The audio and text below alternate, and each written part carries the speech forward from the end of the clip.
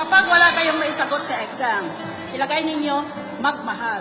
Dahil kailanman hindi mali ang magmamahal. Ang taong nagmamahal ng tunay ay parang matalinong estudyante na kumukuha ng exam. Hindi siya tumitingin sa iba kahit nahihirapan na.